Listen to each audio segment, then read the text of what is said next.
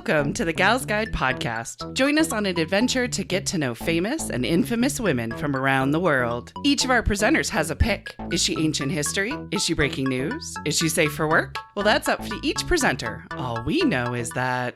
Fasten your seatbelts. It's going to be a bumpy night. Welcome back. I'm Josh, and I'm joined by Riwu, Katie, and Bonnie, sharing our creative expression pick. Bonnie already talked about Edmona Lewis. But before we dive back in, I want to get to know something rebellious about our gal pals. I want to know... Oh, no. What are some specific examples of literature written by women that challenge gender roles or oppressive systems? I like how you read it slow to still allow us some time, as I think none of us were making eye contact in the sense of, oh, crap. Exactly. Scary. I did just think of one, and I feel like it's too easy of an answer, but I'll throw it out there. The feminine mystique. Yeah. There you go. You know what I mean? Like in that like kind of... three little half ones. Yeah. And that was one of... There you go. I do feel like it's cheating because it's one of those like staples sort of thing. Well, if you want cheating... Yeah. Mine is from... Oh, from your... Well, yeah. Yes, exactly. Well, then you get to tell us more about it in mere moments, if you will. What were the other ones on your list, Bon? like the feminine mystique, like that stuff was like... I started reading that like a couple, I don't even know, like 20 years ago or something. Mm-hmm. And I was like, well, no shit, women should have equal rights. Like some of the stuff is like no shit, but like but reading at the time, that in the 70s. Right, exactly. It was completely rebellious and redefining what women's roles could be. I was also thinking about one that you had mentioned, with Mary Shelley, Frankenstein. Yeah. I just think that, she's like the mother of science fiction. And every time someone's like, I forget who it is. I forget if people are like, Orson Welles or like Jules Verne. I'm like, no, Mary Shelley. Yeah, farther back. Inventing a whole genre on a dare. And then one that I read in like school way back when that always sticks with me is The Yellow Wallpaper. Oh, yeah. That was a short story. Yeah, I was going to mention that because we read that all together. I feel like once you I'm read still that, haunted by that. Yeah, no, that one's definitely haunts me. Have you ever read, Josh, The Yellow Wallpaper? Never heard of it. Okay. Well, it's coming home with us. It's right over there. It's a short story, and it's... But it's good. I feel like it's one that everybody should read at some point. And it's like public domain. It's very easy to find it online, too. So... Yes. Yeah. No, I like that one. Sorry, I have chills now just thinking about the yellow wallpaper. Katie, what about you? The first thing that came to mind was Yellow Wallpaper because I've read it recently. Yeah. But like Bonnie, when I was in school, I read the play A Doll's House. Oh, yeah. And it's not written by a woman. It's written by Henrik Eisben. Oh, yeah. It was one of the Eisben plays. Yeah. But I think it was one of the first times it was in high school, you can't let women know that maybe they have a chance. Mm-hmm. Right. True. Until you get to high school. Yeah. Yeah. Let them get molded first, thoroughly. But I remember just feeling like it was really impactful when I read that play. Yeah. And it's still a very common performed play. A lot of times I'll hear, Susan Sarandon's in the, so yeah. It keeps coming back and coming back. It's an important one. Josh, what about you? What is yours, and how does it possibly relate to your pick? Well, so the one I have for our get to know you question is The Second Sex. Yes. By Simone. Oh, yes. Yep. Now, this and my gal, a lot of French. Yes. So I'm going to mess it up. Okay. But it's Simone de Beauvoir. Yes. Sometimes I say Bouvier. Yeah, sometimes, but I don't even know if it's right because it's French. Somewhere in there. I was told my face doesn't go that way. Yeah. No. I get lost in the what you do and don't say depending on what's at the end of the word. Vowels at the end. Okay, vowels at the end. Yeah. Sweet. Which is then what is Colbert? Colbert. Colbert. Exactly. I'm like, what? But there's a T there. And my brain goes, blah. I did read The First Sex, which is a Oh. take on the second sex. Okay. And it's written by, I'm just going to go out there and say, a crazy librarian from Florida, because she is a librarian from Florida. I'm adding the crazy. She has a couple of Twister jump to conclusion mats that she does. Nice.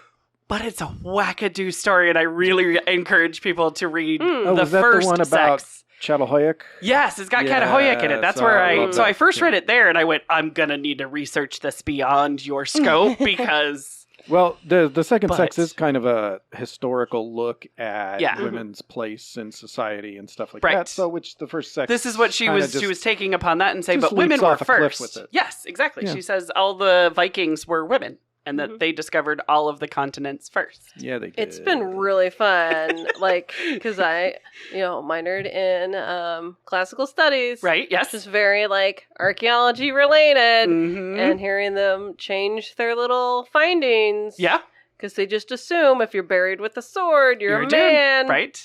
So it's been Wow. fun watching Yeah. them correct all this stuff. It's getting closer and closer to her, but she had no evidence whatsoever. She would just went, I have a feeling it's this. And I'm like, okay. So I don't know. I also think it's funny being an artist and studying anatomy. Yeah. We learn the skeleton, and there are skeletal differences between men and women. Right. Generally, Yes. like everybody's different, but Mhm. But those hips don't lie. and collarbones and how they sit and stuff are generally different. Yeah. So I'm like, how did these people, like, if they find a whole skeleton, Right. like, how do you not Right. know? You're just ignoring that basic part So of I don't know if Mhm. we've just changed over time, or these dudes are just bumbling idiots, Right, Or exactly. what? Sometimes the bone, there's no bones. Yeah.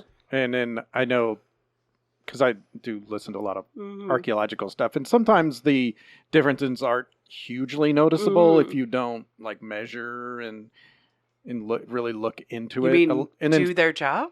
right? And then sometimes, depending on the preservation of the bone, sometimes Mm-hmm. if there's only bits and pieces left, they can do like genetic Yeah. makeup, and they can see if it was male or female. But it is a little harder if it's a deteriorated Mhm. skeleton. I but- didn't think the penis deteriorated. Not forever? Seems like it lasts forever. Oh. Huh.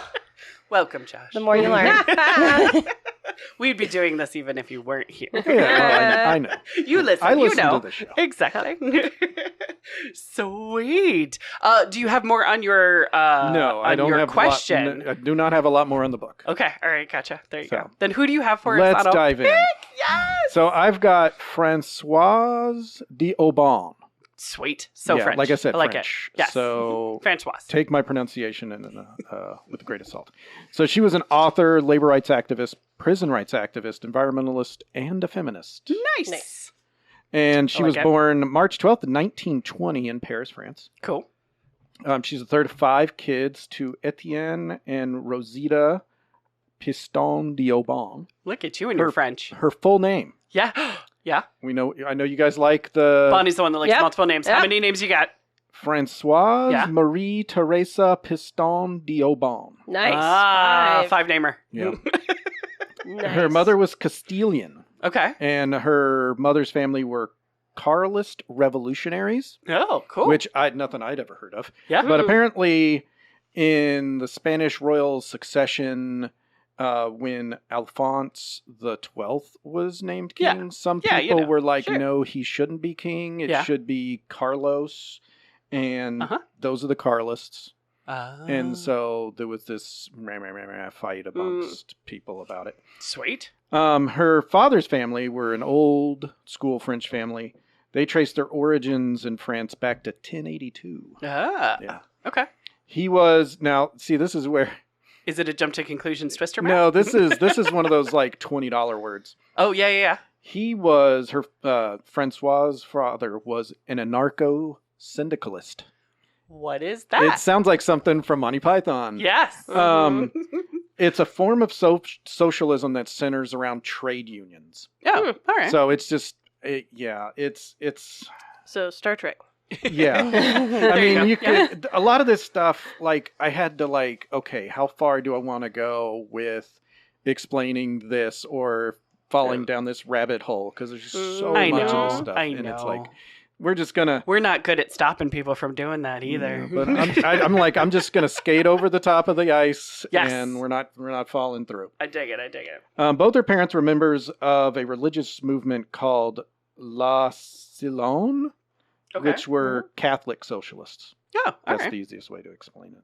I feel like those two words are very complicated together. Well, because usually like socialists and communists are unreligious Yeah. or atheists, so these Right. were like Catholics but socialist. Okay. Cool. I like it. Yeah. So in 1916, her father returned from World War II. Okay. He had been fighting in the trenches and was gassed, Gotcha. Ooh. so he was in terrible health. Yeah. Her mother was a mathematician, but then she had to quit her job and stay at home to take care of the kids and the family because her husband was not well. Mhm. They eventually ended up having to move to Toulouse, Gotcha. and there she experienced unbearable poverty. She Mm. was constantly hungry.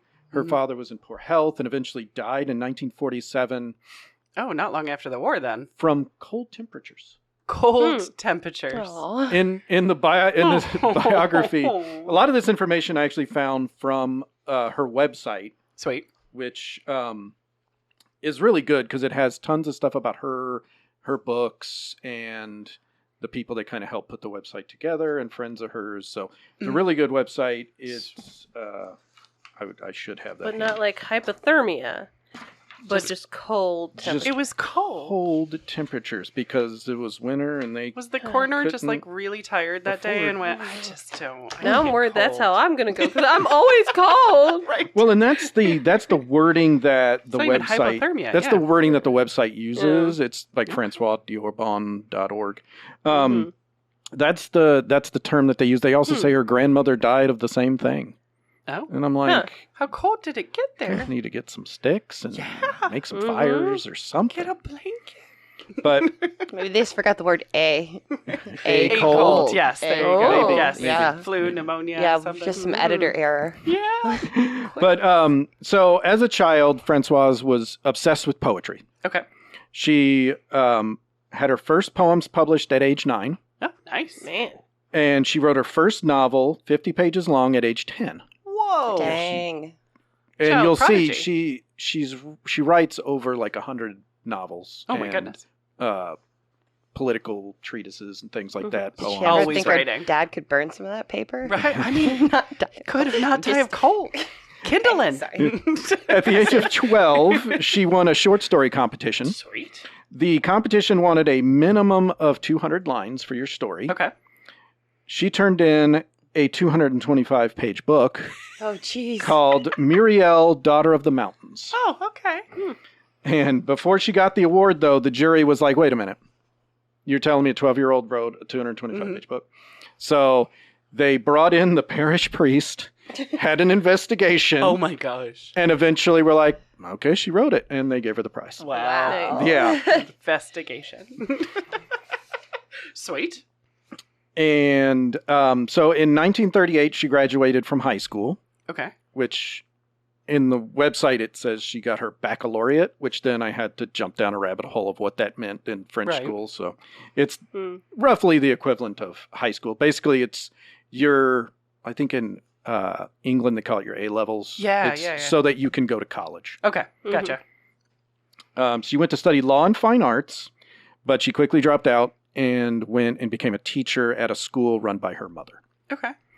In I 1940, mean, her mom's running a school at this point. Yeah. That's pretty cool. Mhm. So- All right, yeah. yeah, no, her family, I think, eventually Climbed out gets of poverty. itself Yeah. kind of going somewhat, and especially once Françoise starts publishing books and things like that, then that's She's going to be a breadwinner pretty quick. yeah. In 1942, she publishes her first book of poems called "Columns of the Soul," Sweet. and it's a collection of poems on 4 themes: love, faith, dream, and revolt. Ah, got that rebellion in there. I like Yes. it. Mm-hmm. Her first novel was published in 1944 called Watu's Heart, Okay. and it's a novel about popular life under Louis XIV.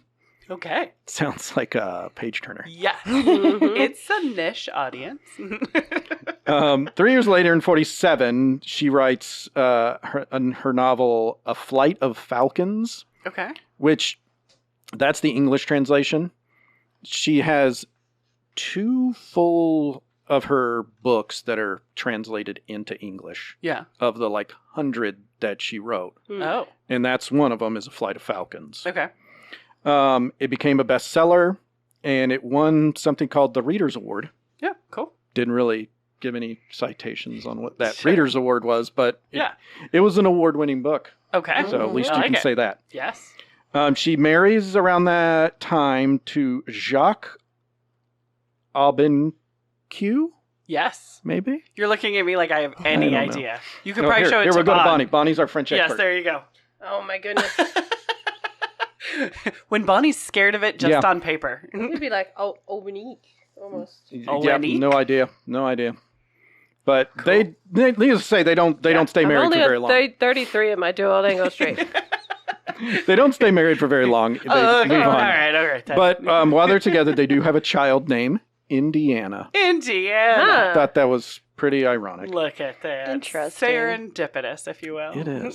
So in 1949 is when Simone de Beauvoir, Yes. Yeah. her book Second Sex is published. Okay. All right. Gotcha. And that has a lot of impact on Françoise. Writing going forward. Yes. She writes to Simone and says, "You are a genius. We are all avenged." Oh. So they become friends, and they are fast friends until 1986 when Simone dies. Gotcha. So- Look at It's a that. good relationship starts there. Nice. In 1951, so this is just 2 years after Second Sex, Yeah. Françoise publishes her first feminist essay Ah. called The Diana Complex. Okay. And it was a response to the criticism that Simone got for her book, The Second Sex. Ah, Because she was interesting. attacked by conservatives and stuff like that. So this was Françoise's response. And she talks about the themes of patriarchy, sex, gender, and feminism, which will keep popping up in her books throughout the years. Sweet, because it's still a freaking problem. Exactly. And she was a member of the French Communist Party Gotcha. from 45 to 56. Okay. She left because they were not anti-colonialist enough. Ah, there Because you go. around the 56 was when the Algerian War was going on. Oh, yeah, yeah. And Okay. so the French were Colonizers, trying to stop the Algerians from gaining independence. Yeah. And I'm And she was guessing like, the "Hells no." communists kind of Yeah. backed the French government. And she's like, heck no, and got out. Nice. In 1960, she signed the Manifesto of the 121, Okay. which France appears to have a lot of these manifestos that pop up. Sweet. This one was an open letter to the French government signed by 121 French intellectuals calling for the end to the Algerian War. Oh, there you go. Okay. So in 64, she publishes the first volume of her memoir. Mhm. There will eventually go on to be 4 volumes Gotcha. that aren't collected together until like 2000. Gotcha. Oh, like Maya Angelou had like 7 that Yeah. would be considered part of a memoir collection. So, yeah, no, that makes sense. This one was about her childhood, and it was published under the title Chien de Jeunesse. Yeah. Which Bonnie's leaning chien over. is dog. chien is one of the Oh! few French words I know, and that's dog. Oh! And It's the dog ears? Google Translate says it translates to youth bitch. Oh, you bitch. Wow. It's like Nice. night bitch. Right. Nice. I forgot about That I watched the preview for that. Sounds Yeah, I know night bitch. Yeah, I haven't watched it yet either. Night Bitch. That looks Yeah. wild. Yeah. Yeah. Yeah. It looks like you two would love that movie. It kept popping up on the little preview thing. I'm like, okay, what is it? So I watched the preview, and I was like, Yep. you know, I'm not sure what I was expecting, but it wasn't really that.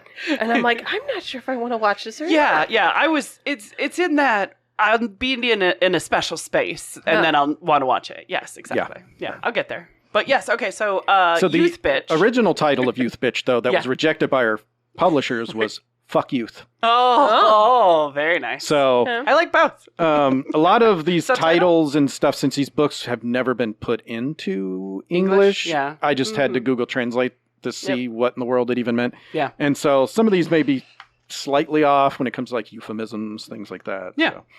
But in 1970, she published Eros Minoritaire, A History of Homosexuality. Ah. So This is another thing that she talks about along with feminism and ecology. She talks about homosexuality and its place in society and stuff like that. She's a big fighter for equal rights for the gay community. Fantastic. Everybody. Yes. And in this work, she affirms that homosexuality, the minority eros, Okay. as she describes it, it has existed at all times and all latitudes. Mhm. Like heterosexuality, it is one of the two main branches of eros. How is it then that it was blamed for perversion, disease, abnormality, even crime? Right. According to the cultures and the centuries after having been honored in the ancient world. So it's something that, you know, you look at ancient Rome and there's lots of homosexuality there. Right. And Unapologetically so. yes. And then how has it become like demonized throughout the years? I have a guess. Yeah. So that little bit there, that was a quote from a friend of hers, Elaine Lozonguer. It was a friend of Françoise. They met when he was fairly young, and she wanted to adopt him. Oh. That never happened, but eventually he became her editor. Oh, okay. And he's still alive now, as far as I know. Ah. And he does her reeditions of her books. Oh, okay. And helps with the website. Oh, that's cool. So, Nice. good friends. In 71, she signs the Manifesto of the 343. So we got another one of these there's more manifestos. people They now. got more on board this time. Okay, though. all right, there you go. There you go. It's picking up steam. And this one was calling for the right to abortion in France. Oh, cool. So, also in 71, she co-founded the Homosexual Revolutionary Action Front. Nice. The group was a reaction to the fact that most Marxist groups at the time gave little consideration to women and homosexuals. The group had disappeared by 1976, so it lasted for about 5 years because it was felt that the gay male issues were being pushed to the forefront in place of feminist and lesbian issues. Yes, exactly. So- Yeah, we kind of had that in the second wave of feminism as well with the Lavender Menace. It's like, hold on a second, what about us? Exactly. Yeah. So, issues, you know, are Globally. probably similar globally, yeah. I get it. In 74, she publishes the book that I know her for, Yeah. which is Feminism or Death. Gotcha. And in this book, she coined the term ecofeminism. Yeah. So that's where that word, she's the originator of that. Sweet. She also founded around that time the Women's Liberation Movement, Nice. which is MLF in French, is the Okay. abbreviation. There you go. It's a MILF? Wait a minute. Yeah, that's Yep. Yeah, it is. that threw me off when I was reading too, and I'm like, wait a second. And then she formed MILF. And so she was a co-founder of the Women's Liberation Movement. Mhm. And in that movement, she started an ecology and feminism group, Gotcha. which she would lead to the founding of the Ecology Feminism Center in 1978. Oh, cool. Tried to find out anything about the Ecology Feminism Center. Could not find anything. Yeah. And because also it's all in French. Right. So there may have been something there that I just could not understand. But I hear there's a Duolingo. well, I tried doing the translate on Yes. all these pages. Right. It But works pretty good. See? I mean, if you want to read more of her books in the original language, yeah, there's I a would have to- Duolingo. You start with a children's book. Right. Work your way up. Yes. Talk about a rabbit hole. Yep. Yeah, It'll only take that's a few too deep years. that's too deep of a rabbit hole. Okay, that's fair. I'll just start with the ones they've translated Yes, and then there's start there. and go from there. You got to start somewhere. I like Yes, it. start small. In 76, she married a man named Pierre Sana. He Okay. was a political prisoner in jail for a murder he says he did not commit. Ah. She married him while he was in jail. Yes, he did. Yes, she did. So, It's probably Sounds like real- the perfect husband. really good letter writer. well, and everywhere that I read, it just said that they she married him to show her commitment to prisoners' rights and against the death penalty. I hope But- this isn't a show. It really didn't say anything Okay. more about their marriage, how long it lasted, if he was ever put to death. There really wasn't Right. a lot about that. Okay. So, All right. and I was able to find, her website has a lot of stuff. Wikipedia has a little bit. Yeah.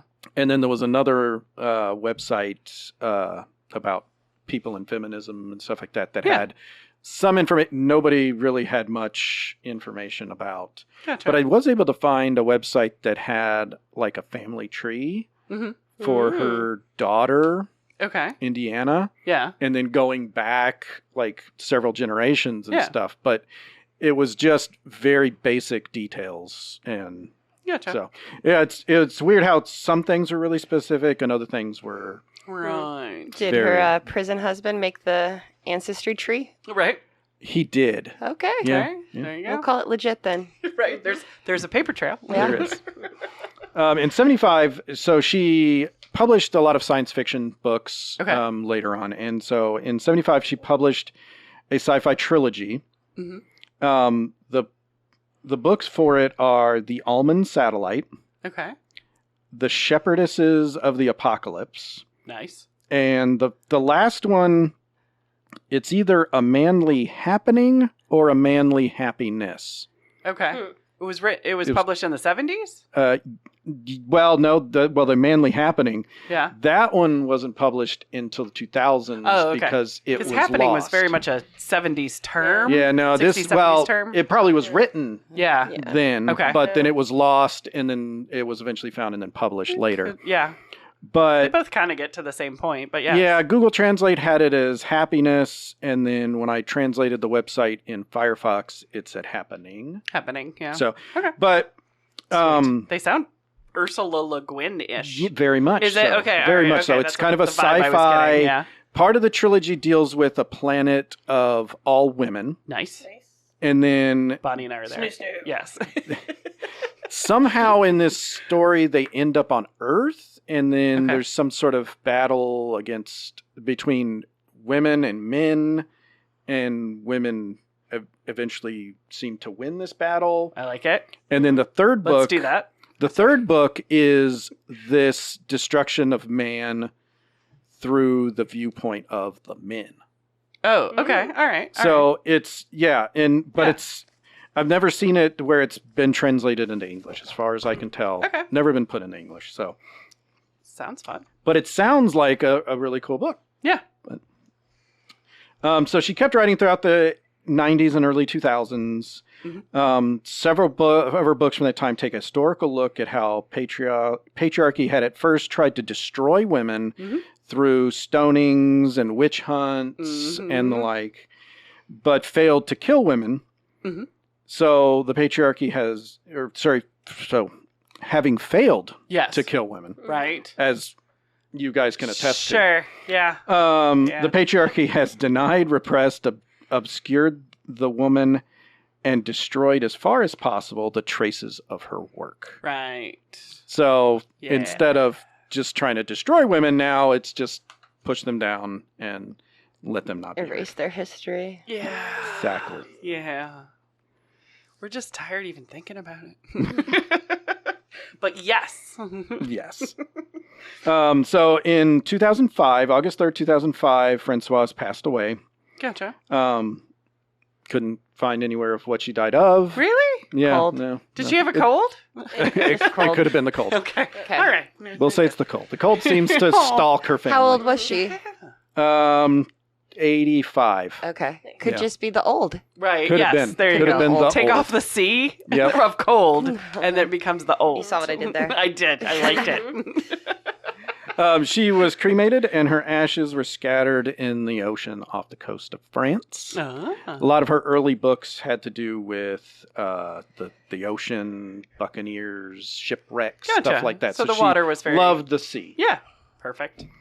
So for further reading, and I found a great book Yeah. that once you're done reading her books, Yes. it's called Françoise d'Aubonne et l'ecofeminisme Yeah. by Carol Goldblum. Good luck finding it in English Okay. because All the right. title's all in French. Woo. Fun. But it's a deep dive into Françoise and ecofeminism. Gotcha. And the lady that wrote it's a scholar on Françoise and Nice. her work. Just this year, on March 8th, they named a street in Paris after her. Oh, nice. very cool. So she's still very relevant. Yeah. And actually, I would say probably Still being studied, really. becoming more popular than she has Yeah. in a number of years, because ecofeminism is becoming kind of more of a big deal. Yeah. And so for Walking Club, Yep. we're doing some book studies this year on ecofeminism. Yeah, I love this theme. And it's I'm huge into ecology and nature and stuff like that. So it really fit with what I'm into. Yeah. And it was a great way to bring that to Gal's Guide and have that feminism edge, Rebellion edge. rebellion, ecology. Yeah. And so that was the first book that we did for January, Yes. which is kind of a bonus Was because her book, yeah. we hadn't quite figured everything out in January. But, and then this month we're doing If Women Rose Rooted. Yep. Which I have started to read, and holy crap, is it really good? It's really good. It's You like can get it Yeah. on Hoopla Okay, good. for audiobook if you don't get a chance to come by the library and check it out. There you go. It's mythology, biology, botany, and feminism, like all put together, and it's written in a very way of like, fuck yeah, let's do this. Like I'm very rah like as I'm reading it. So it's easily becoming one of like my favorite books so far this year, and I have not finished it though. Well, and I know you like love when I started that reading intersection. When I started reading it, it started talking about like Joseph Campbell and Hero's Journey. Yeah. And I know you love that. Yeah. And it was talking about a talking heroine's about journey. a lot of Celtic women and like princesses and warriors, and I'm like, yes, let's do this. and it's a part memoir too, so it tells a lot about her story about reconnecting with nature. That's the big whole like theme of the book is that not just women but people in general have become separated from nature.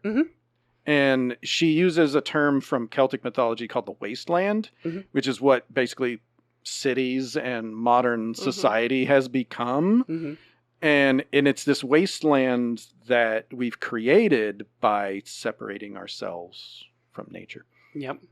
So that's really the good one. April 12th. That we're going to talk Walking about Club. the second Saturday. Yay! And then in June, Yes. we're going to talk about, we're doing a book called Injustice by Vandana Shiva.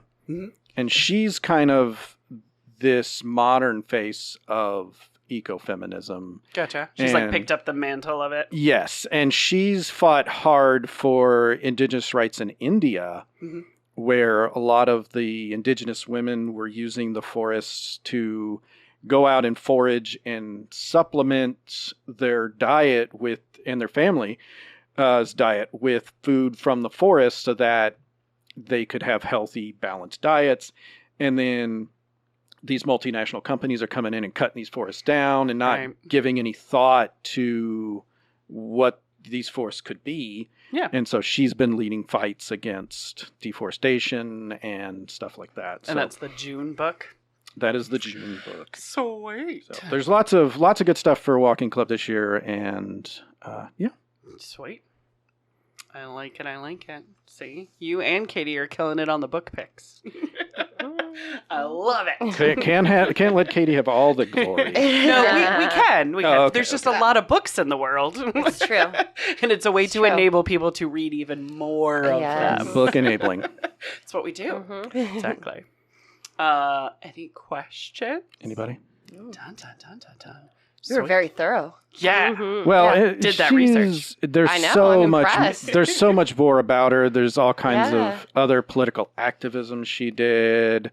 So there's more rabbit holes to go down. Yes. For Yes. listeners who would like to invite you back after you do a couple years on Duolingo. Right. Yeah, yes, I can exactly. read all And the you can books that are in elaborate. French only. I Yes. have translated. No, that's fantastic. I like it. Did you want to wrap us up? I can. Dun, dun, dun. Well, that wraps it up for this week. Join us next week as another creative expression gal is picked to share as Gal's Guide podcast continues. Thanks for listening. Want to learn about more women of history? Gal's Guide opened a unique women's history lending library. Come visit and explore our collection. Learn more at galsguide.org. Thanks for listening.